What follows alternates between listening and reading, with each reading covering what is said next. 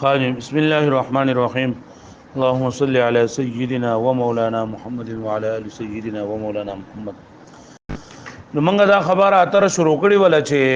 د توابع په درې سره قید لګول د توابع او چې کم اقسام دي او داغي کم د مقصود ده د کم مقصد د پاره نو هغه اغراض د پاره داغه اغراض د حصول د پاره ځای سره یو کلام مقید کیږي. بیا موږ ویلو چې توابع او 15 قسمونه دي پای کې نمبر 1 پرون صفت نه شو او صفت د شپږو سيزونو پر راځي یعنی کله د موصوف د جدا کولو د پاره چې نور خلکو نه ممیز شي، کله د موصوف د وضاحت د پاره، کله د موصوف د تاکید د پاره، کله د موصوف د مدح د پاره، کله د ضم د پاره او کله چې نه دادا د رحم د پاره د راحت د پاره راځي.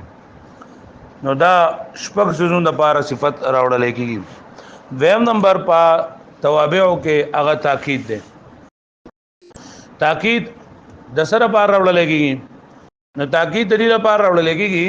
چې په دې مخ کې یا خو د دې درې مقصد یو خدا ده چې د مخ کې موصوف ته چې د کوم څه نسبت شوی ده نو هغه نسبت مؤکد کوي، هغه نسبت کې مضبوطواله پیدا کوي. موصوف ته چې د کوم څه نسبت شوی ده نو هغه کې هغه په نسبت کې چې کم دغه نسبت شوی دی کنه پای کې تاکید پیدا کوي، مضبوطواله پیدا کوي چې دا ثابت ده. او دویم دا چې لکه په دې مکه کلام کې لکه سهوا د سهوی وهم چې نه د فقای چې لکه دا کلام چې ما ذکر کړم دا سهون مینه نه ذکر کړه او یاد دې لپاره دا راځي چې د دین دل کې مجازي معنی نه مراده بلکې حقيقي معنی ته مراد ده. نو پر مخکې کلام د مضبوطوالي لپاره راځي، خپل موصوف د مضبوطوالي لپاره. او دویم نمبر د خپل موصوف ته چې لري کوم نسبت شوی دی نو پای کې د مجازي معنی وهم ختمول لپاره چې لکه مجازي معنی نه مراد ده بلکې حقيقي معنی مراد ده. او د دې سهوی د وهم د ختمولو لپاره د سهوی چې لکه مطلب دل لګي دا فعل چې د فعل نسبت چې د فاعل ته شوی دی نو دا سهون نه شوی، په غلطۍ باندې نه شوی، نو سهوی د وهم د تفکولو لپاره. او بل دا دی چې لکه پدې کې د عدم شمول د وهم د تفکول لپاره چې لکه دا وهم په ختمي کې چې کېدې د شامل نه. دلیل لپاره دوه مثالونه ذکر کړي، یو د زارن الامیر نفسه او یو د سلیم الجيش عامته. زارن الامیر نفسه چې ته وې نه دا د دې لپاره دی نو زارن الامیر نفسه نو دې مطلب دا دی چې زارن الامیر نفسه زما سره د امیر په خپل باندې ملاقات وکړو نو دا نفسه د دې لپاره تاکید دی لکه زارن الامیر دا امیر مؤکد دی او دا نفسه ولا تاکید دی. نو دا سره پر راغلی دی دا دې لپاره راغلی دی کنه چې دی امیر ته چې د ملاقات د نسبت شوی دی چې مال دی امیر سره ملاقات کړی دی نو یو په دې کې تاکید پیدا شي، مضبوطواله پیدا شي او بدی کې دا وهم پکې ختم شي چې لکه دلته کې د دې امیر نه مجازي معنی د امیر نه مراده چې زموږ ته وزیر ملاقات کړي یا بل چا کړي دي بلکې دغه سړي سره ملاقات کړي دي. او سوا د سوي وهم بګم د فقای چې لکه مطلب دلته کې چې ما دې نسبت کړي دي، نسبت می کړي دي چې ما دې امیر سره زما ملاقات شوه په خپل باندې نو دې هغه جدا دا نسبت ما ساهون نه کړي. په دې خبره باندې پوه شئ دا نسبت ساهونه نه لشي په دې باندې پوه شئ تاسو. او دوی مثال چې ذکر کړل سلیمان چې شو عامته چې ټول عام لخر چې نه محفوظ شو، سلیمان چې شو عامته لخر محفوظ یعنی عام ده هغه.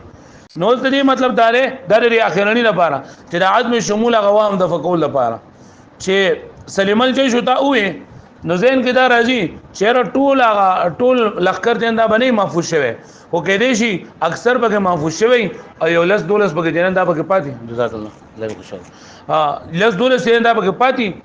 او دلیل اکثر حکم الکل وجه نټول ته ویل شوی چې سلیم الجيش نو عامته دې دا خبره مؤکد کړله چې مخکنی د جيش ته چې د سلامت کم نسبت شوی نه نو هغه نسبت نه دا یقیني دی، هغه نسبت نه بری کې سوا هم جندا پکې نشته دی. یعنی دا مطلب نه نه چې را بعض د پکې شامل دی او بعض نه شامل بلکې ټول د شامل دی. نو تاکید د دې لپاره راولېږي د سره لپاره راولېږي یو دا چې د مسند مستملی ته کم نسبت شوی دی نو باغ نسبت کې څه پیدا کوي تاکید پیدا کوي او دا وهم ختمي چې دلته مجازي معنی نه مراده دا وهم ختمي چې دلته دا ما نسبت کړه دا می سهون نه کړه او دا وهم ختمي چې دا په کې باز شامل او باز په کې نه شامل دا وهم ختمي پوه شئ تاسو لیکل لري ځان ته ها چا نه لیکل دا اوس تاسو سزا پکار ده چې پرون د تما وې بیا مې ته په گروپ کې درولې کو چیرې دا به سره ولي کوي اوس هم تاسو نه لیکل نو اوس په تاسو وای د سنه به وایدا چان نه لیکل اوس سره ودرېږي او سره ودرېږي شابه تاسو دونه نه کوي کنه چې بس دغه لیکل دا نه وګنو نور به تاسو کوي پاس شابه چان نه لیکل ودرېږي والتوکید یکون للتقریر دا موقت کول یعنی په تاکید په ذریعہ سره قید لګول دا وی د تقریر د لپاره تقریر معنی دا مضبوطول چې دی د مسند چې کم نسبت مستملی ته شوی دی نو هغه نسبت چې دا مضبوط کوي ناراضی یا تقریر د لپاره د مضبوطوالي د لپاره ودفع توهم التجوز او د مجازي معنی هغه وهم ختمولو د لپاره د فکولو د لپاره د مجازي معنی وهم ختمولو د لپاره چې دلته کې د دې نه مراد مجازي معنی نه مراد بلکې حقیقي معنی مراد ده او السهو یا د سهو دا وهم ختمولو لپاره چې دلته کې